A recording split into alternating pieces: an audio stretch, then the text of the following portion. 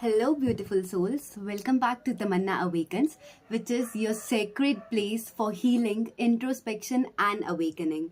Today is Soulful Saturdays again, and in this episode, I would like to about the most soulful question, the most soulful emotion of love, about the ancestral wounds that we carry from our ancestors around love. Have you ever thought that love feels uneasy and painful to you more than peaceful and soothing? But did somebody ever tell you that all these thoughts, all these emotions, all these things were passed to you from your generations, but they are not your own?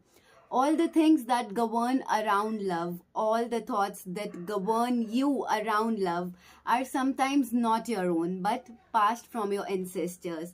Like, let me tell you about my thoughts about my ancestors from love.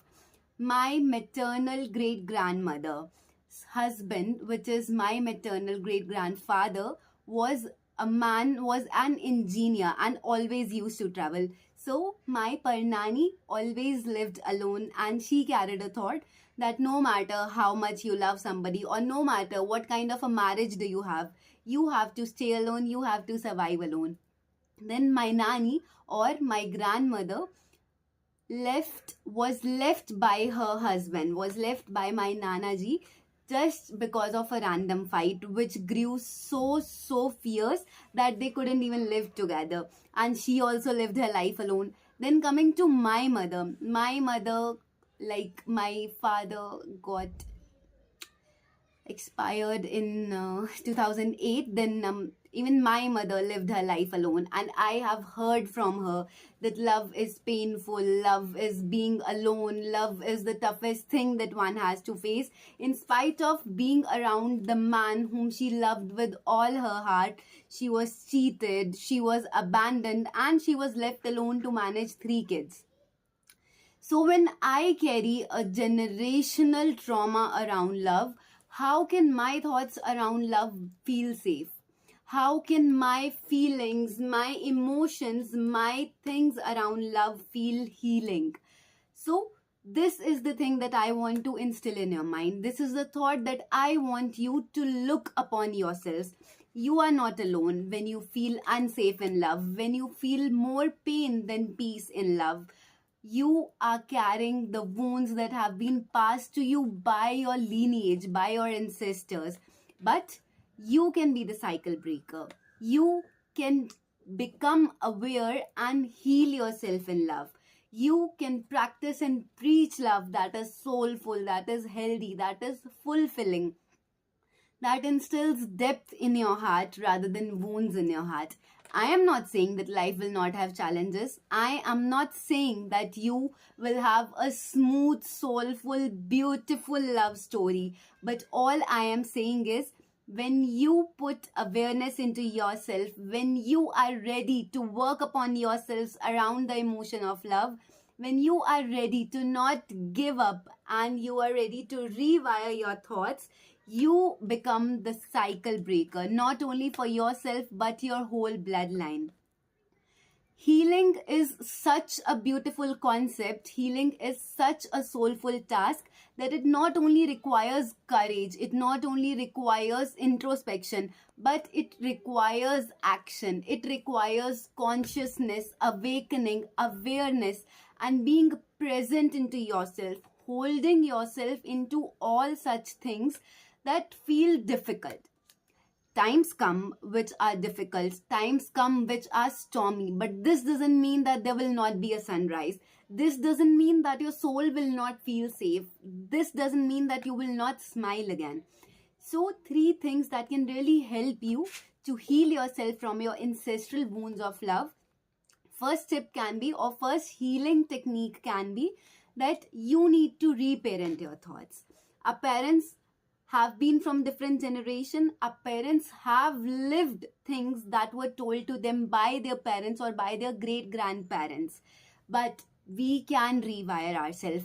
We can manifest and affirm a love that is full of affection, that is full of love actually, that is full of care, strength, courage, that is full of depth, that craves intimacy and sensuality, that gives you spiritual awakening and abundance, that can help you transform.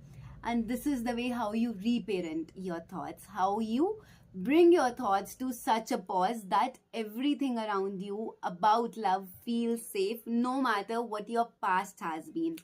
Number two healing technique around the ancestral wounds of love is acknowledge that whatever thoughts you are having around love are not your own. When you come into this awareness that everything that you have been seeing since your childhood, every single wound that you have been carrying since your childhood around one single emotion is not yours, is what you have seen, is what your mind had put your thoughts into, is what your experiences have been. But this doesn't mean that you will have to abandon love. This doesn't mean that all the thoughts that you have been carrying from your past, all the beliefs that was instilled in you from your past have to be true.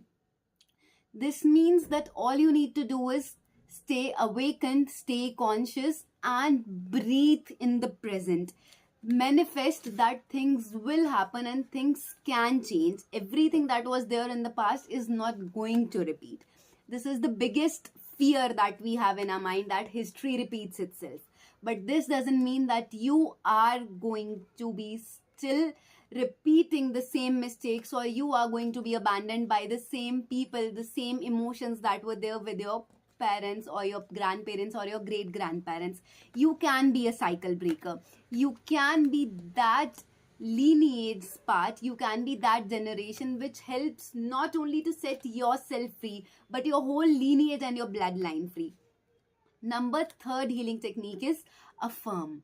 When you breathe, when you ask from the universe, when you channel your thoughts, and when you manifest and affirm, like I personally affirm, and my affirmations are, I feel safe in love.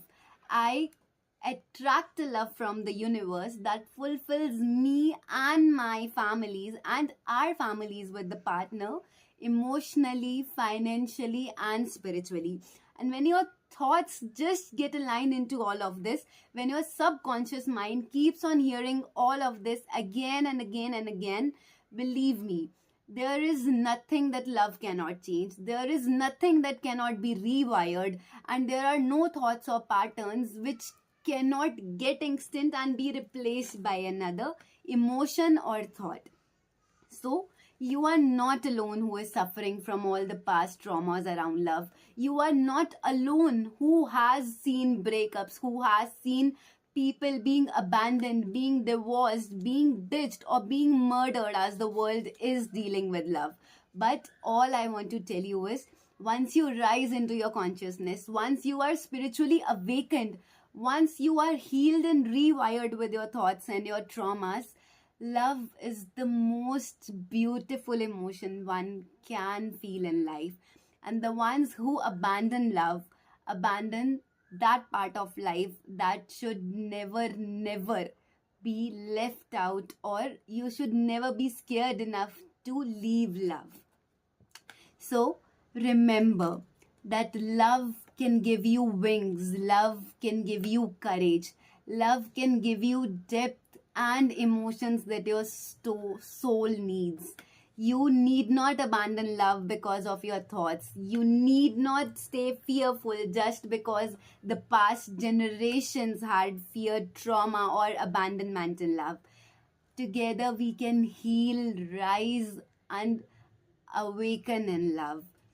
Love everyone, and the love that you are giving to somebody will reach back to you, and it's one of the most beautiful and the soul fulfilling forms.